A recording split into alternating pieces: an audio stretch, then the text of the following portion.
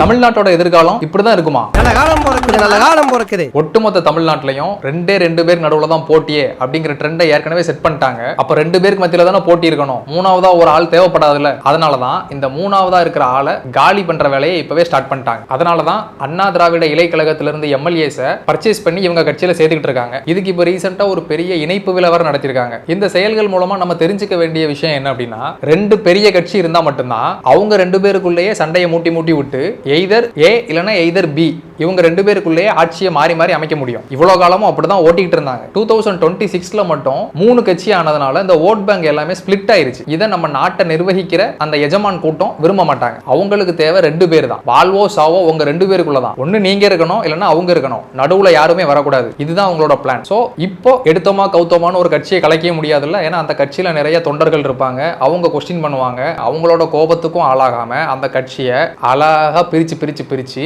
இந்த தமிழக விசில் கழகத்துல இணைச்சிருவாங்க. அப்படின்னா மட்டும்தான் அப்கமிங் எலெக்ஷன்ஸ்ல மறுபடியும் அந்த 2 பேருக்கு இடையில உள்ள போட்டியை இவங்களால கிரியேட் பண்ணிக்கிட்டே இருக்க முடியும். மத்தபடி தமிழ்நாட்டில் உள்ள மத்த கட்சிகள், ஜாதி கட்சிகள், சின்ன கட்சிகள், இது எல்லாத்தையுமே எஜமான் எங்க போய் சேர சொல்றாங்களோ அங்க போய் சேர்ந்துருவாங்க. அதுக்கு பெஸ்ட் எக்ஸாம்பிள் தான் திராவிட சூரிய கழகத்தோட கூட்டணியில் இருந்த சின்ன கட்சிகள். கொஞ்சம் அப்படி தமிழக விசில் கழகத்துக்கு போய் சேர்ந்துட்டாங்க. இவங்கெல்லாம் மிகப்பெரிய ஒரு பிளேயர்ஸ் கிடையாது. இந்த பெரிய கட்சிகளை வச்சுதான் பாலிடிக்ஸ் போய்கிட்டு இருக்கும். இந்த 2 பெரிய கட்சிகளோட பேக்ரவுண்டை நம்ம பிரிச்சு பார்த்தாலும் ஒன்னு குடும்ப அரசியல் வந்துகிட்டே இருக்கும், இன்னொன்னு சினிமா இமேஜ் வச்சு வந்துகிட்டு இருக்கும். ஒரு பெரிய ஹீரோ இல்லனா ஹீரோயின். அப்படி அந்த ஃபார்முலால ஏற்கனவே ஒரு மிகப்பெரிய நடிகர், ஒரு நடிகை முதலமைச்சரா இருந்துட்டு போயிட்டாங்க. இப்போ ஒரு நடிகர் வந்திருக்காரு. ஃபியூச்சர்ல இதே ஃபார்முலா படி பார்த்தா ஒரு நடிகை வர வாய்ப்பு இருக்கு. தமிழ்நாட்டு மக்களை ஏமாத்துறதுக்கு இதுவே அவங்களுக்கு போதுமானதுதான். ஆனா இன்னொரு ஒரு பெரிய த்ரெட் அவங்களுக்கு இருக்கு. இந்த த்ரெட் 2009க்கு அப்புறமா தமிழ்நாட்டில் கிரியேட் ஆச்சு. அதனாலதான் தமிழ் தேசியம் அப்படிங்கிற பேர்ல ஒரு கட்சி ஆரம்பிச்சு வச்சுக்கிட்டாங்க. ஏன்னா 2009க்கு அப்புறமா தமிழ் உணர்வால மக்களே கொந்தளிச்சு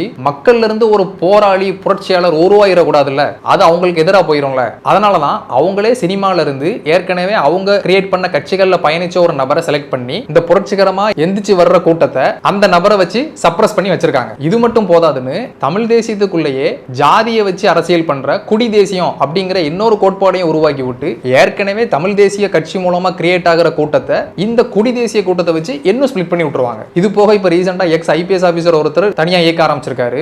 டான்ஸ் மாஸ்டர் ஒருத்தர் வார்த்தை விட்டு இருக்காரு. சோ இது எல்லாமே என்ன பேட்டர்ன் பாத்தீங்கன்னா, இந்த தமிழ் தேசிய கட்சிக்கு பின்னால இருக்கிற 20 லட்சம் ஓட் பேங்கை உடைச்சு விடுறது. சோ எப்பவுமே பாலிடிக்ஸை மக்கள், கட்சிகள் இந்த 2 லெவல்குள்ளேயே பார்த்துக்கிட்டு இருந்தோம்னா நம்மளால இங்க என்ன நடந்துகிட்டு இருக்கு அப்படிங்கறத கிராக் பண்ண முடியாது. மக்கள், கட்சிகள், எஜமானர்கள் இந்த ஆங்கிள் பார்த்தா மட்டும்தான் இங்க என்ன நடந்துகிட்டு இருக்கு அப்படிங்கிறது தெளிவா புரியும். சிம்பிளா சொல்லணும்னா டிவைட் அண்ட் ரூல் பாலிசி இதை வச்சுதான் இவ்வளவு வருஷம் ஆண்டுகிட்டு இருக்காங்க.